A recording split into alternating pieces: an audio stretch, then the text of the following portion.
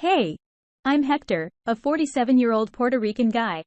My ex-wife, Debbie, I think the abbreviation is STBX, and I were married for 26 years, but we were together for a total of 30 years. We tied the knot during our senior year of high school because she got pregnant with our first child. Back then, I was fortunate enough to land a job at UPS right after graduation, but things were tough in the beginning. Her family, who are traditional Irish, didn't exactly warm up to me at first, but eventually, I won them over, especially her father. I made it a point to provide for our family so she didn't have to work. By the time we turned 27, we already had 5 kids, 4 girls, and a boy. I guess you could say I lucked out with having a boy first. Of course, we had our fair share of arguments over money, different parenting approaches, and me expressing my desire for more emotional closeness. I understood that with 5 children things could be overwhelming, and I tried my best to lend a hand, but she was still exhausted. However, my ex-wife, Debbie, meant the world to me. She always took care of her body and stayed in shape. I try to do the same, but working as a delivery driver for so long has left me what they call skinny fat. My chest, arms, and legs have some muscle, but I also have a flabby belly. And let's not forget about my receding hairline that made me shave it all off. Still, Debbie was everything to me. There were moments when she would verbally attack me. And whenever I stood up for myself and fought back, she would turn into a crying bully, and it just wore me down. As the years passed, we ended up being the only married couple left in our circle of friends. All the others got divorced. Out of the 7 married couples, we knew 5 divorces were caused by the wives cheating. 1 was due to the husband's infidelity. And the last one happened because the wife friend-zoned her husband. I wasn't comfortable with my wife spending time with her newly single friends, but whenever I brought it up, it would lead to a huge argument about me being controlling, keeping her imprisoned, and being treated like some object. All of that really caught me off guard. The more she spent time with her friends, the more she grew resentful. The kids noticed it too. I remember my son and 2 of my daughters arguing with her when I got home. While I understood their frustration, I scolded them for yelling at their mother. When they left the room, I asked her about the issue, and she told me that they see her as a servant. I asked her where this was coming from, but she brushed it off, shut down, and walked away. The day of revelation is still so clear in my memory. Debbie was out with her friends, and I was in the kitchen cooking while the kids were watching Train to Loosen. Suddenly, my 3 oldest children came into the kitchen with worried expressions. Before I could even ask what was wrong, my son told me that they suspected their mother of having an affair. At first, I didn't believe it. I didn't want to believe it. I yelled at them, assuring them that they were mistaken, but then I decided to use the Find My iPhone app and discovered that she was at a bar on the outskirts of town. Without hesitation, I jumped into my truck and headed there. When I got to the bar, it was packed. But I spotted her group of friends acting like drunken fools in a corner booth. As I approached them, their faces turned pale and a sense of unease settled in my gut. Since I didn't see her inside, I stepped outside and walked around the parking lot. In the far corner, there was a car, and it seemed like the man in the driver's seat was asleep. A man I considered a friend. I approached the car to ask him if he had seen my wife, but as I got closer, it became evident that he was receiving BJ. The closer I got, the more I recognized the woman in the car. I was practically standing by the driver's side window, and none of them noticed me.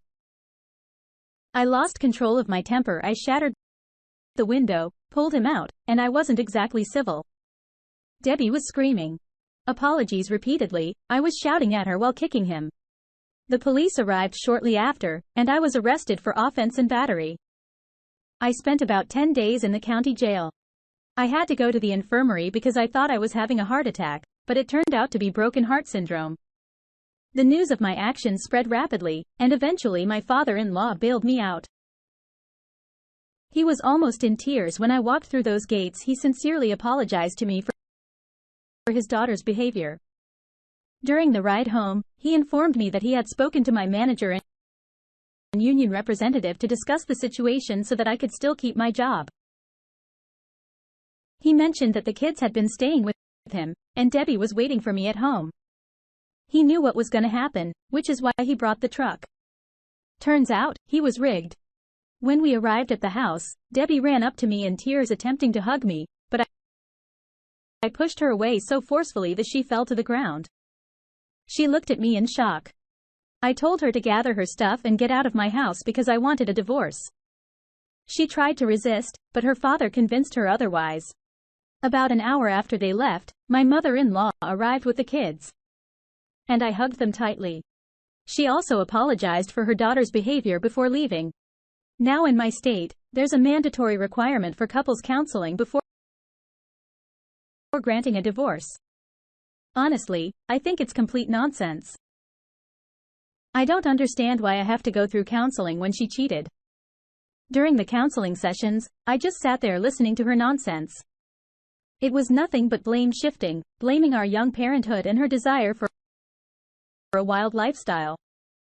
She got carried away with this so-called freedom, and her friends encouraged it. Eventually, she felt like she was missing something and started a fling. The counselor even tried a few times to make it my fault, telling me that I should have allowed her to explore and understand her perspective. I simply looked at the counselor and asked if she was smoking because that was the dumbest thing she could say.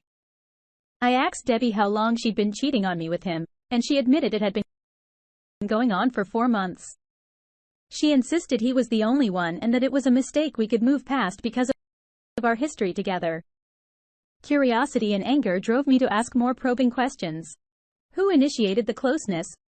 Her or him? How many times did she perform BJ on him?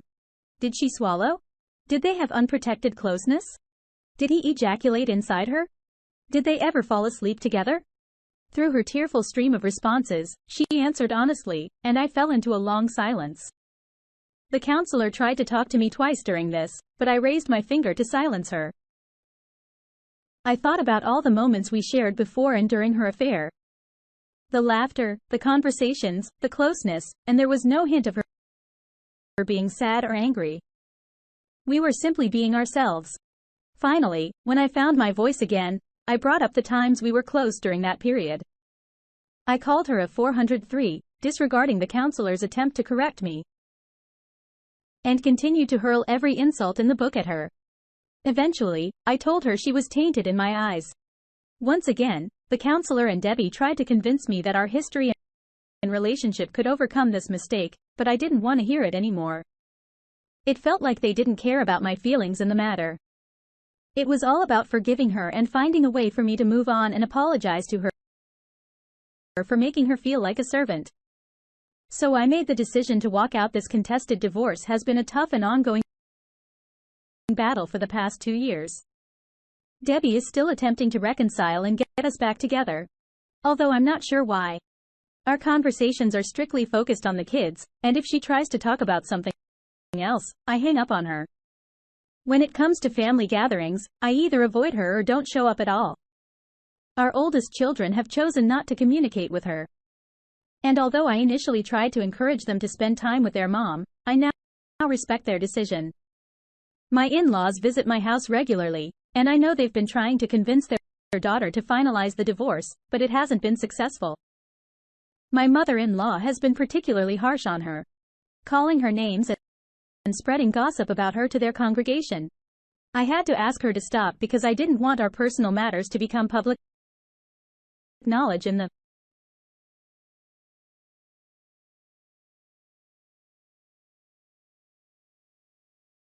After all, I'm a middle-aged man with 5 kids and a dad bod. However, I've been on more than a dozen highly successful dates through the app, which has really boosted my confidence. Recently, I met someone while doing community service for my court-related issue. Her name is Isabel and she was the supervisor for our Habitat for Humanity project. Let me tell you, she's absolutely stunning. In fact, she even won first place in a Vanessa Marcia lookalike contest at a soap opera convention she attended with her daughter. That's how we started chatting. You see, my daughters are big fans of General Hospital, so I often sit down with them to watch. It's one of the few times I get to spend quality time with them. About 6 months ago, I introduced Isabel to my kids and they instantly clicked with her. Things got a bit awkward when my son and her daughter started showing a liking for each other. However, Debbie, my ex-wife, just won't let go. She's been telling our youngest two children that we'll eventually get back together, and I had to put a stop to that. Her father is even trying to convince her to see a therapist. But honestly, I just want this whole divorce process to be over already. I don't look back with regret on the years I spent with Debbie.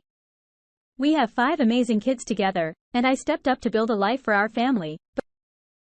But my only regret is that she threw away our 26 years together for a fling. It's disappointing that she believed I would just let it slide and take her back without any consequences. Honestly, I can't stand her now. Whenever I bump into her old group of friends in town, I don't hesitate to call them out.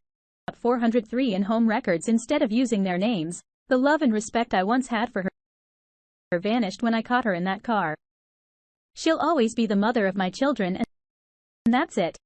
I just hope she can accept that reality. Update. I hope this is where I can provide updates. Sorry if it's not. And I apologize if I sound a bit scattered. I'm exhausted sitting in the hospital sipping on my 3rd can of Bang energy drink, waiting for my ex-wife to be transferred to a mental hospital.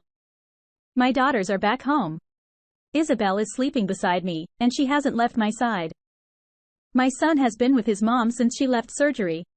And his girlfriend, who happens to be Isabel's daughter, has been there too. It all started last weekend, and it's been a nightmare ever since. During the week before, my ex-wife's behavior had been getting increasingly strange. She had physical altercations with some of her old friends.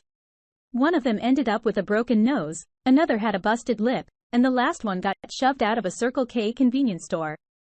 The police were called each time, but being in a small county, they simply took her back to her parents' house. I tried to convince my in-laws that she needed to be taken to the hospital for evaluation, and it turned into a heated argument, but in the end, I gave in. I should have fought harder. On Saturday, we all attended my in-laws' anniversary party, and Debbie seemed off to me. I pulled her aside, and it was the first time we had a real conversation. I asked her if she was okay. And even though she tried to fake a smile and say she was fine, I saw through it, and she ended up crying a bit. She expressed how sorry she was and couldn't understand why she didn't stand up to her old friends or resist their influence. She admitted that she had destroyed our family, and seeing how happy I am with Isabel made her realize what she had lost. When she said that, a sense of fear or maybe anxiety overwhelmed me.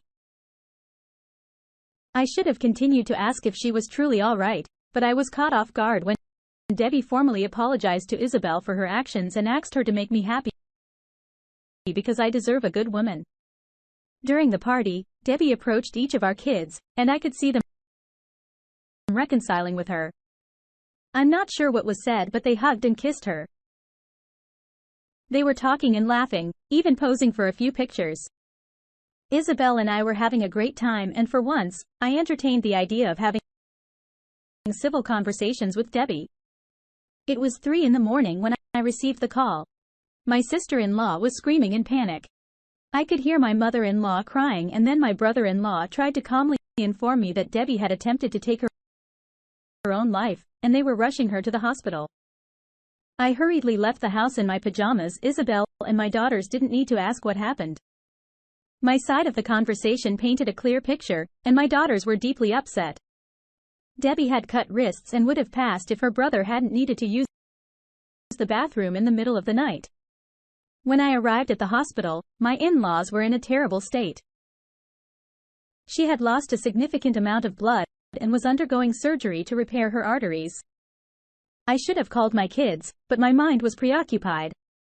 Then I saw my son casually walking towards me asking why I was at the hospital. Reality hit me hard, and I struggled to hold back tears as I explained what had happened. He immediately ran towards the operating room. I made the calls to the rest of my kids, but they were already aware. My youngest had informed them, and they were on their way to the hospital. The surgery lasted 6 hours.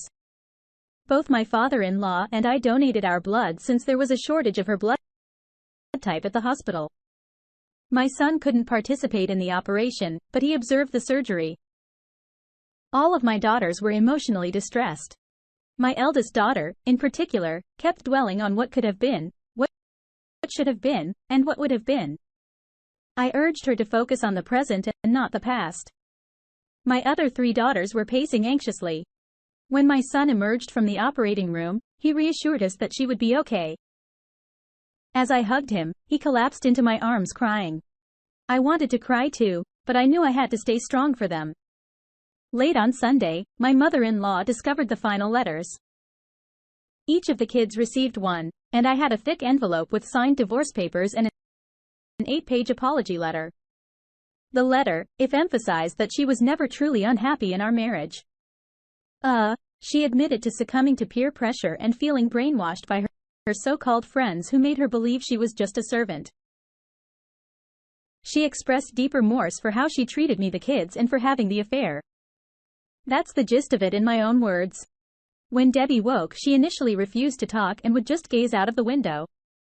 It went on like that for 2 days, and around that time, I asked about sharing updates because I needed a distraction. Gradually, she started acknowledging everyone. But there was a distance in her demeanor. It was as if she was disappointed to still be alive. Although she became more conversational as the days passed, her condition didn't improve. Debbie requested to speak with Isabel alone. After their conversation, Isabel informed me that Debbie asked her if she loves me because she could see the love I have for her. Isabel confirmed that she does love me and revealed that I was the first man she had been with since her husband passed away 15 years ago in Eastern Country. She asked me if Debbie's observation was correct, if I loved her, and I acknowledged it. This made Debbie happy. Debbie will be in a mental hospital for observation. The doctor informed her parents that it could take a year, maybe even 2, before she can be released. Although she may no longer be my wife or the woman I devoted all my love to, she remains the mother of our children, and I'm committed to ensuring her recovery for the sake of our kids. Second story. So me, 24 meters, and my girlfriend, 23F, have been together for 2 years. We actually met at a party thrown by a mutual friend, and we instantly hit it off. Life has been pretty good for us. We're financially stable and living in the apartment my father gave me as a graduation gift. It used to belong to my grandfather. And since we already had a house, it was just sitting empty, so my dad passed it on to me. I really love my girlfriend. She's incredibly important to me since I don't have many close friends to confide in. She's the one who's always there to support me emotionally. However, due to her work, she had to temporarily move to a different state for 2 months. We talked on the phone every day, and I even planned a surprise for her, a whole day date, to make her happy when she returned. But when I mentioned the surprise and how excited I was, her reaction wasn't what I expected. She declined and said she just wanted to be alone. Normally, she never turns down surprises or anything like that, but, hey, I understand that she might be tired. So I suggested we could reschedule the date for another day. She stopped replying to me, and I found this behavior quite strange. It seemed like she was trying to distance herself from me. Then after a month she suddenly suggests planning a vacation together. I'll keep it brief. I agreed, and we made all the arrangements. We went to the destination she chose, and we had a good time. However, during the vacation, she went alone to her friend's house. I had no idea her friend lived there, and she refused to let me join her. After we returned from the trip, she went back to her distant behavior. Now after 2 months since our vacation, I finally discovered the reason behind her actions. Here's how it unfolded. I was in the bedroom while my girlfriend was in the shower, and her phone beeped. I couldn't help but notice the text that broke my heart. It said something like, "Hey. Beautiful. Did he go to sleep?" I was shocked and confused, so I started reading their conversations. It turns out she had been cheating on me with a guy she met during her work trip. There was even a photo of them together at our vacation spot, and they were discussing their closeness and how they managed to keep it a secret from me. I'm done. I don't know what to do with my life anymore. The only person I trusted has betrayed me. It's the night I found out she's cheating, but I haven't confronted her about it. I don't know what I should say to her or how to handle this situation. Should I talk to her and ask her to end things with the other guy and try to work things out? If not, then, how should I move forward? Can you suggest some ways for me to cope with this pain and move on? Update: it's been around 5-6 days since I shared the story about how my girlfriend of 2 years cheated on me and manipulated me into going on a vacation where she could meet up with her affair partner. After posting the story, I couldn't handle the emotions, so I left home that night and told her I was going to my friend's house. I couldn't sleep all night and spent the time reading the comments. People were suggesting that I should leave her because she's using me, and some even mentioned seeking revenge. But I don't want revenge. Despite everything she did to me, I still love her. I'm not angry. Just I don't even know how to explain it. So I went to my parents' house and talked to my mother. I know it might sound strange to talk to your mother about this, but I don't have anyone else to discuss it with. Usually, I would talk to my girlfriend about these things. But not this time. My mother was shocked and devastated when I told her what happened. She had thought this girl would be perfect for me and was looking forward to our future together. She assured me not to worry and said that everything would be fine. That night, after thinking it through, I made up my mind to leave her for good and treat myself to a nice vacation or something similar. So I returned to my house, but here's the unbelievable part. It didn't even take her a night to invite her partner over and cheat on me in my own home. Initially, I didn't have any intentions of seeking revenge, but witnessing her lying in bed with another man gave me a perfect idea. I discreetly took their photos while they were fast asleep, of course, making sure they were covered. I'm not the kind of person to invade someone's privacy in that way. Afterward, I left to give myself some time before confronting her. Later that day, I anonymously called that guy to meet at a cafe and also brought my girlfriend to the same cafe.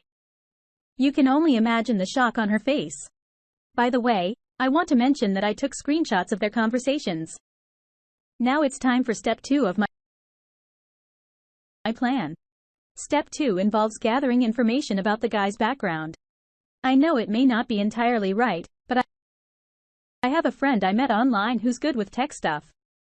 He managed to dig up all the details about the guy. And guess what I discovered? He has a wife and 2 kids. The story keeps getting crazier. I called his wife and explained everything, including my plan. She was saddened by the news, but was willing to confront him. Step 3 is in motion. I now have all the evidence to bring them both down. I anonymously sent the guy all the photos and boy was he scared. Step 4 is all about breaking them up. I threatened to ruin his life if he didn't leave my girlfriend. I might come off as cruel, but he did much worse things to me. And guess what? He actually broke up with my girlfriend. I could hear her crying inside the bathroom. But she never shed a tear for me. Finally, I shared the evidence in our friends and her family group chats. Final part. The next day, when she woke up, her bag was packed and I told her to get out of my house or I would call the police. She was shocked and asked why. So I showed her all the evidence and she begged me to let her explain. In a firm but polite tone, I told her to get out of my house. As she was leaving, I sent a text to the guy's wife showing her the divorce papers. Meanwhile, my girlfriend's phone was bombarded with messages. Guess who they were from? I legally gave her notice as per tenant rights, but she left immediately after receiving those messages. So everything turned out fine. The court hearing will take some time, but we'll make the guy pay child support and compensate for the emotional damage. I'll also support the lady through this process. I don't feel good about ruining a couple's life, but I truly believe she didn't deserve that man. She's a wonderful person. And even if the guy broke up with my girlfriend because of me, he would have likely found someone else. I also feel remorseful about the things I did for revenge, and she has been receiving hate from her friends and family.